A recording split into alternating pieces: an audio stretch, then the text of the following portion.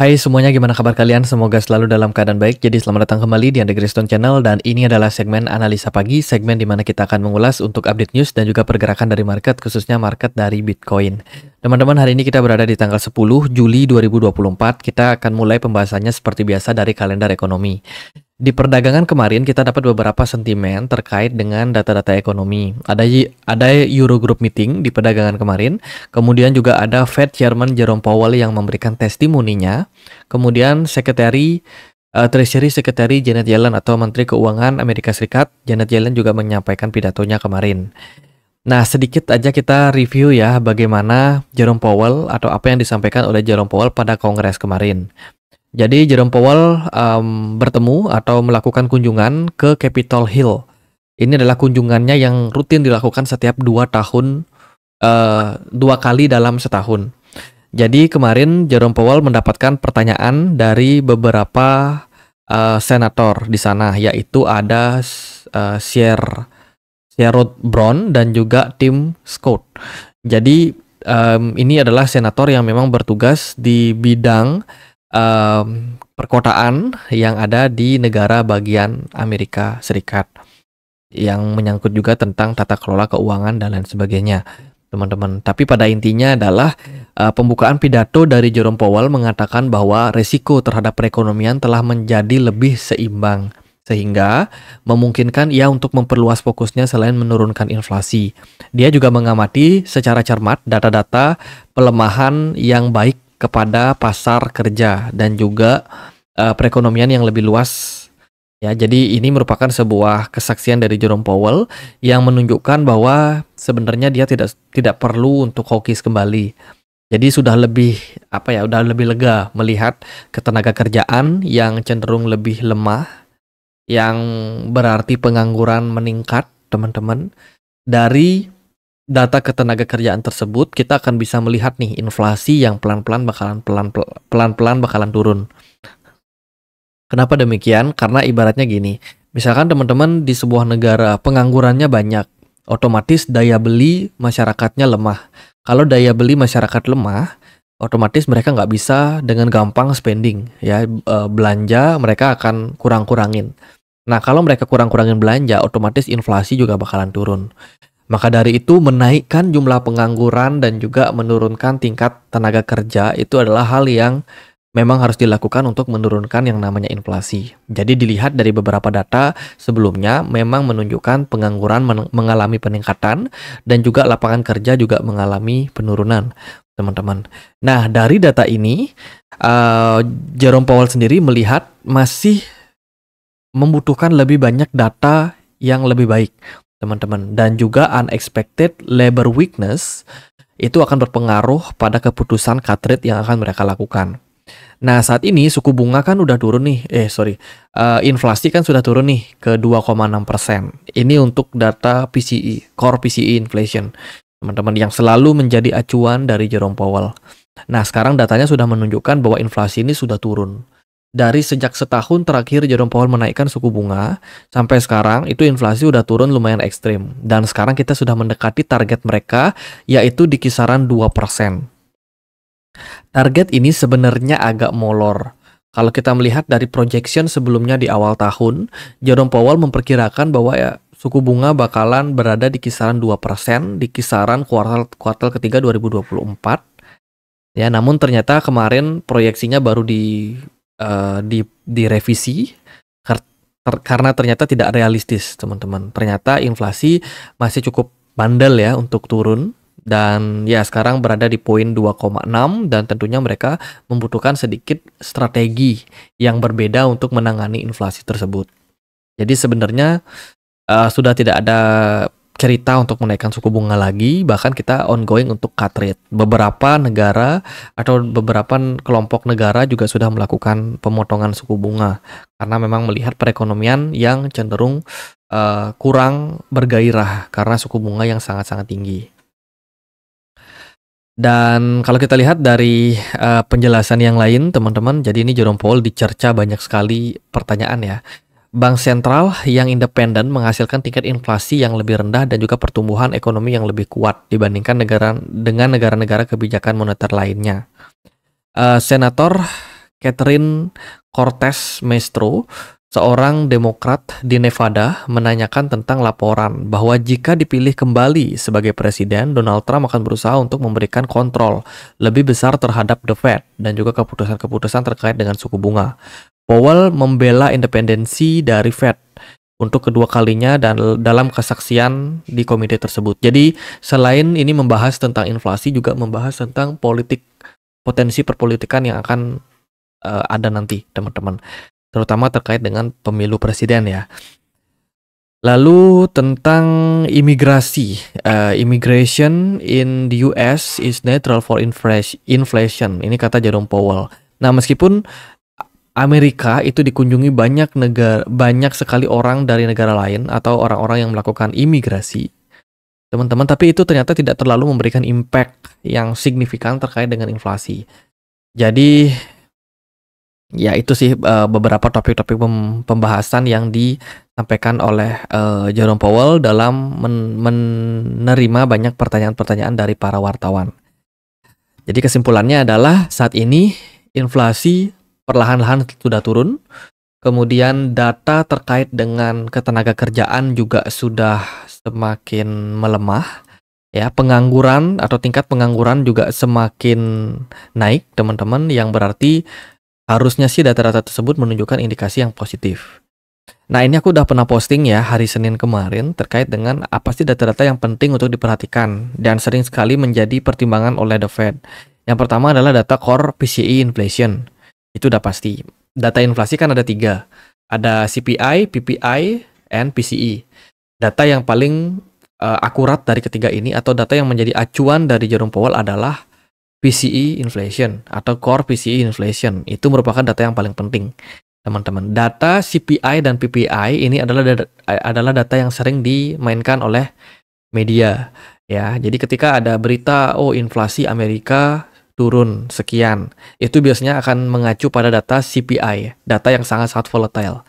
Tapi Fed itu lebih pakai data PCE inflation. Yang kedua ada data tentang pengangguran. Ini biasanya terkait dengan jobless claim. Data pengangguran sangat penting seperti yang aku sampaikan di awal video tadi. Jika pengangguran naik, otomatis daya beli masyarakat akan turun, teman-teman. Daya beli masyarakat yang turun menyebabkan perekonomian turun. Otomatis inflasi perlahan-lahan akan turun karena daya belinya juga turun, teman-teman. Kemudian juga ada data terkait dengan ketenaga kerjaan. Ini biasanya mengacu pada non-farm payroll atau NFP. Makanya ketika rilis data NFP itu seringkali volatile. That's why 3 data ini menjadi data penting yang akan selalu diperhatikan ketika rilis data setiap bulan. Teman-teman bisa perhatikan data-data tersebut. Kalau sudah muncul ada data ekonomi yang mengacu pada 3 hal tersebut, biasanya market akan sangat memberikan pengaruh yang signifikan. Gitu sekilas. Hari ini akan ada beberapa data terkait dengan CPI and PPI dari China. Kemudian juga ada data soal Fed Chairman Jerome Powell akan kembali memberikan testimoninya jam 9 malam nanti. Lalu ada data soal crude oil inventory dari Amerika Serikat. Beberapa data tersebut akan memberikan pengaruh terhadap market, teman-teman. Nah, sebelum kita masuk ke pembahasan berita yang lain, aku mau forward satu event dari Get.io. Jadi Get.io adalah exchange global yang bisa teman-teman pakai untuk melakukan trading di market spot atau futures. Bisa juga pakai staking ataupun yang suka ikutan beberapa airdrop. Mereka juga menyediakan hal tersebut, teman-teman.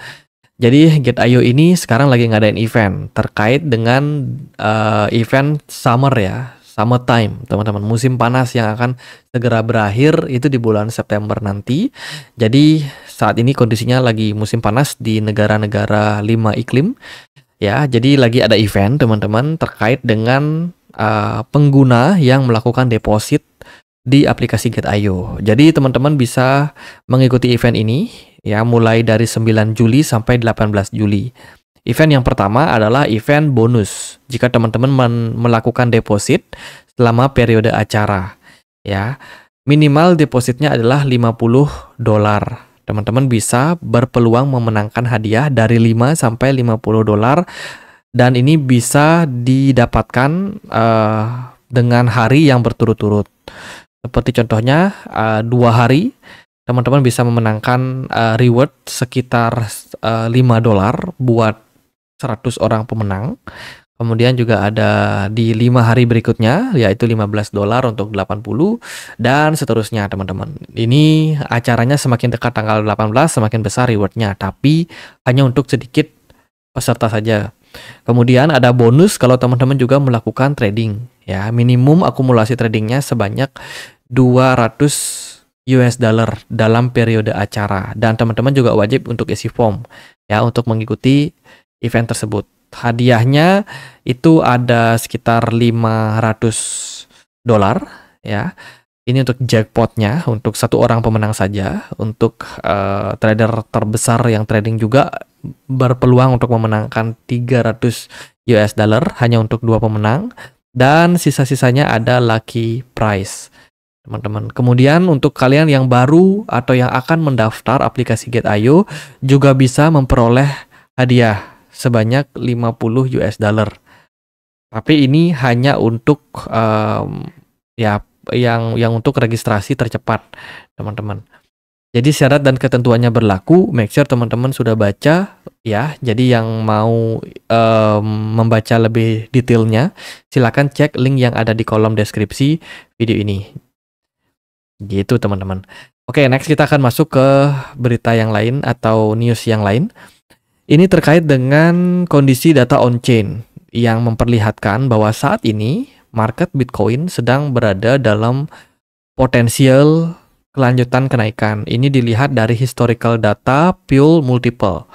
Ya, kalau kita lihat dari data ini menunjukkan bahwa ketika pergerakan dari market Bitcoin berada di titik-titik lemah, teman-teman, seperti yang kita lihat dari chart ini ya, yang sudah dilingkari warna merah ini adalah titik level bottom yang seringkali menunjukkan indikasi akan terjadinya pembalikan arah pada market. Dan kita sepertinya sudah mengarah ke poin-poin tersebut, teman-teman. Jadi ada peluang nih dari melihat indikator ini, karena ada kemungkinan untuk Bitcoin kembali mengalami rally. Apalagi belakangan kita lihat Bitcoin cukup strong juga ya, bertahan di kisaran level 57 ribuan something. Meskipun sebenarnya ledakan volume masih kita nantikan ya, tapi ini masih berupa indikasi yang masih harus kita periksa, teman-teman. Jadi ya ini ada indikator yang menunjukkan indikasi positif, karena biasanya setelah indikator ini menunjukkan tren pelemahan, ketika dia sudah mulai recover naik, itu akan diiringi dengan kenaikan harga Bitcoin juga. Jerman dikabarkan kemarin sudah menjual sekitar 4.700 Bitcoinnya, dan ini sudah terjadi berulang sejak bulan Juni pertengahan kemarin. Jadi Jerman ini cukup aktif dalam hal melakukan penjualan dan masih konsisten melakukan hal yang sama, teman-teman. Sampai kapankah Jerman bakalan buang barang seperti ini ya? Karena kalau kita lihat saat ini kondisi dari market juga masih terbilang mendapatkan tekanan, teman-teman. Jadi ya ini masih kita akan nantikan sampai kapan peluang bearish dari Jerman ini mempengaruhi market. Lalu berita yang lain datang dari ENS. ENS bakalan listing di exchange Upbit, exchange Korea yang terkenal suka ngepump token. Ya, jadi dia akan tersedia pair-nya yaitu KRW atau Korean Won. Dan ini bakalan bisa menjadi peluang bagus untuk ENS, token bernama ENS atau Ethereum Name Service. Jadi kemarin sudah diinfokan. Kemudian ada berita terkait dengan spekulasi. Apakah benar pemerintah China sudah menjual sekitar 190.000 Bitcoin yang dimiliki? Waduh, ini ada rumor lagi nih. Udah Jerman, Amerika Serikat, kemudian juga dari Cina, teman-teman. Jadi ini bukan berita yang baru ya. Sebenarnya berita ini sudah ada sejak 2020. Di mana kemarin pemerintahan Tiongkok itu juga sempat melakukan penjualan sekitar 194.000 Bitcoinnya, karena ada beberapa oknum di Cina sana yang melakukan kejahatan berupa pencucian uang ataupun skema Ponzi, menyebabkan banyak kerugian. Dan waktu itu Cina memang melakukan penjualan yang sangat-sangat signifikan terhadap Bitcoin-nya. Dan langsung diiringi dengan berita Cina ban Bitcoin dan lain sebagainya karena banyak tindak kejahatan di sana. Dan ini bukan berita baru, teman-teman. Jadi ini sebuah berita ulasan terkait dengan ya apa yang terjadi di masa silam. Tapi kalau aku melihat sekarang sih, Cina apakah bakalan menjual Bitcoin mereka? By the way, Cina itu punya banyak Bitcoin juga, teman-teman, sama seperti Amerika Serikat. Ya, tapi sejauh ini sih belum ada data yang menunjukkan bahwa Cina sedang melakukan penjualan. Semoga sih nggak terjadi ya, karena kalau hal itu terjadi bisa jadi ya sentimen pada market makin lama akan makin menyebabkan marketnya crash, teman-teman.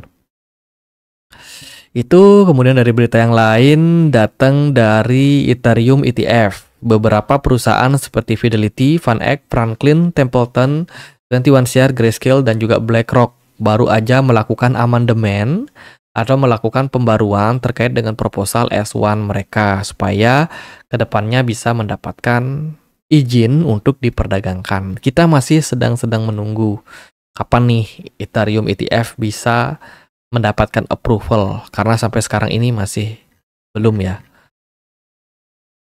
Oke, berita yang lain datang dari Circle, baru aja meluncurkan URC mereka. Ini adalah stablecoin berbasiskan dengan mata uang euro, ya, yang disupport oleh blockchain Coinbase di layer kedua milik Ethereum. Dan ini bakalan bisa untuk diperdagangkan ke depannya untuk mereka yang berada di Uni Eropa. Ini berita yang bagus untuk Circle. Lalu ada berita terbaru datang dari Ton yang bakalan berkolaborasi dengan Polygon membangun Ton layer kedua. Waduh, ini produk apa lagi nih dari Ton Telegram? Belakangan kita lihat ya, memang jaringan Ton ini lagi rame-ramenya. Ya, banyak sekali project-project launchpad yang muncul, kemudian juga game play to earn di aplikasi Telegram itu banyak banget. Dan ekosistemnya semakin lama semakin besar. Ternyata, teman-teman, belakangan karena saking padatnya jaringan Telegram ini dikabarkan sempat beberapa kali mengalami perlambatan atau juga error. Ya, dan tiba-tiba muncul berita terkait dengan solusi yang akan ditawarkan, yaitu pembuatan layer kedua di jaringan blockchain Ton. Wow, ini cepat banget ya growth-nya, teman-teman, dan ini bisa menjadi salah satu narasi sentimen yang bagus untuk harga Ton Telegram ke depannya. Karena yang namanya layer kedua biasanya kalau melihat dari Ethereum ya, itu lebih cepat, lebih murah, dan juga bisa meningkatkan jumlah transaksi dan juga aktivitas di jaringan blockchain. Gitu. Jadi ya ini bisa menjadi narasi atau sentimen yang bagus. Kemudian Argentina saat ini menjadi pelopor adopsi kripto di negara Amerika Latin. Inflasi di sana parah banget, sangat-sangat tinggi, teman-teman. Dan kalau kita melihat dari data, memang menunjukkan sekitar 130 juta orang yang ada di Argentina sudah melakukan visiting terkait dengan aset kripto ini. Ya, dan yang lebih kerennya lagi adalah sekitar 2,5 juta orang-orang Argentina itu juga sudah aktif atau mulai melakukan aktivitas di dunia kripto, teman-teman. Jadi entah itu dia trading atau dia melakukan mining ataupun bermain airdrop dan lain sebagainya, itu aktivitasnya sudah dilakukan oleh banyak penduduk di sana. Kendati demikian, tren terkait dengan exchange ya di Argentina itu mengalami masalah terkait dengan regulasi, teman-teman. Meskipun adopsi daripada masyarakat ini udah besar-besarnya ya, tapi ternyata Argentina masih gagap dalam hal dalam hal melakukan pembuatan regulasi terkait dengan kripto di sana, termasuk juga dengan kripto exchange yang mendapatkan license ataupun juga proyek-proyek lain seperti pembuatan token dan lain sebagainya itu masih belum selesai untuk regulasinya, belum matang lah istilahnya seperti itu, teman-teman. Jadi ini masih bakalan proses ya.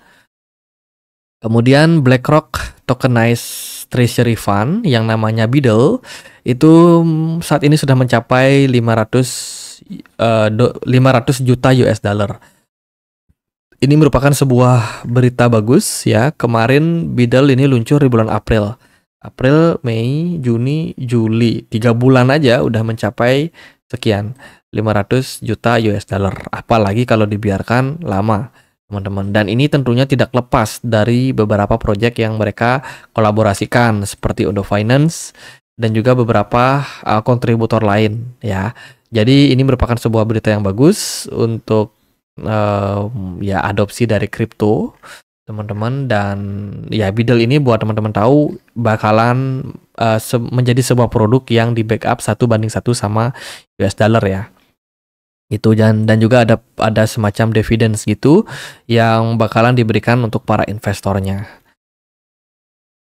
Itu sih beberapa berita dari market, teman-teman. Lalu gimana nih impactnya terhadap market? Kalau secara teknikal, sekilas saja pergerakan Bitcoin ini masih bergerak dalam sebuah triangle. Kita belum melihat adanya indikasi lanjutan tentang pergerakan arah selanjutnya. Teman-teman, market benar-benar sangat-sangat wait and see ya.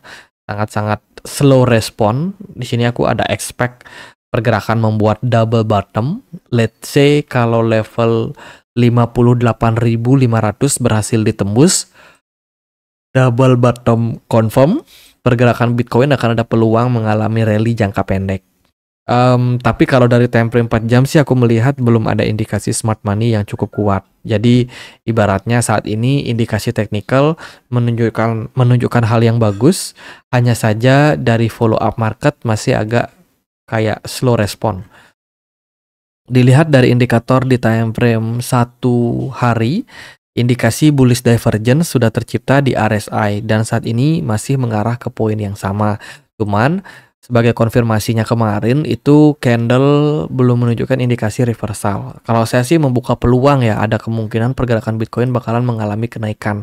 Apalagi kalau melihat dari data atau berita dari Jerome Powell di perdagangan kemarin yang sepertinya cukup senang dengan inflasi saat ini dan juga kondisi perekonomian. Namun memang masih mereka seperti tidak mau gembira teman-teman di depan umum ya, karena itu mungkin bisa mempengaruhi market. Jadi ya kita tunggulah testimoni hari ini Jerome Powell seperti apa, dan kemungkinan market baru akan memberikan reaksi setelah testimoni hari ini, teman-teman. Semoga sih reaksinya bakalan positif pada market, karena ini kebetulan market juga udah turun lumayan lama ya. Sedikit kenaikan mungkin akan bisa menghibur para trader yang memang sempat sangkut. Itu dari beberapa indikasi time frame daily, bullish divergence, time frame 4 jam juga kurang lebih sama. Semoga bisa mengalami kenaikan, teman-teman, dan keluar dari symmetrical triangle ini. Bisa diperhatikan aja level 58.500. Oke deh, paling gitu aja buat update kali ini. Semoga videonya bisa bermanfaat. Jika teman-teman ada pertanyaan lain, ada koin lain buat dibahas, bisa banget tulis di kolom komentar channel YouTube ini. Ya, kita juga punya komunitas diskusi di Telegram, tempat aku untuk update berita-berita terbaru. Bagi teman-teman yang mungkin mau join, linknya ada di kolom